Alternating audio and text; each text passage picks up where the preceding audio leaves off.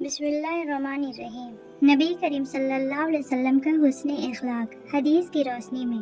السلام علیکم دوستو، اللہ تعالیٰ کا شکر ہے آج ہم رسول اللہ صلی اللہ علیہ وسلم کے حسن اخلاق کے بارے میں بات کریں گے جو ہر مسلمان کے لیے سب سے بڑی پہچان ہے۔ حدیث: رسول اللہ صلی اللہ علیہ وسلم نے فرمایا، تم میں سے بہتر وہ ہے جس کے اخلاق سب سے اچھا ہو۔ رسول اللہ صلی اللہ علیہ وسلم نے فرمایا، تم میں سے بہترین وہ ہے جس کے اخلاق سب سے اچھے ہو۔ یہ حدیث ہمیں بتاتی ہے کہ اسلام صرف عبادت کا نام نہیں بلکہ اچھے اخلاق کو بھی درس دیتا ہے۔ اچھے اخلاق یہ ہے کہ ہم لوگوں کے ساتھ نرمی سے بات کریں، معاف کرنا سیکھیں اور غصے پہ قابو رکھیں۔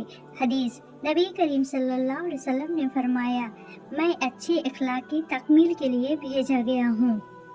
نبی کریم صلی اللہ علیہ وسلم نے فرمایا، میں اس لیے بھیجا گیا ہوں تاکہ میں اچھے اخلاق کو پورا کر دوں۔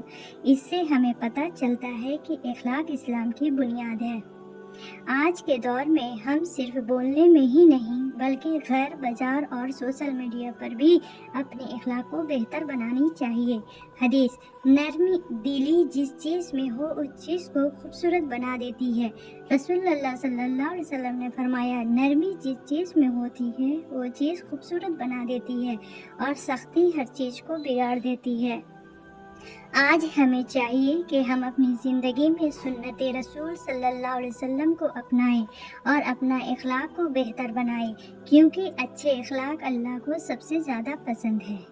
اللہ سے دعا ہے کہ وہ ہمیں اچھے اخلاق والا بنا دے اور ہمیں رسول اللہ صلی اللہ علیہ وسلم کی سنت پر چلنے کی توفیق دے۔ آمین۔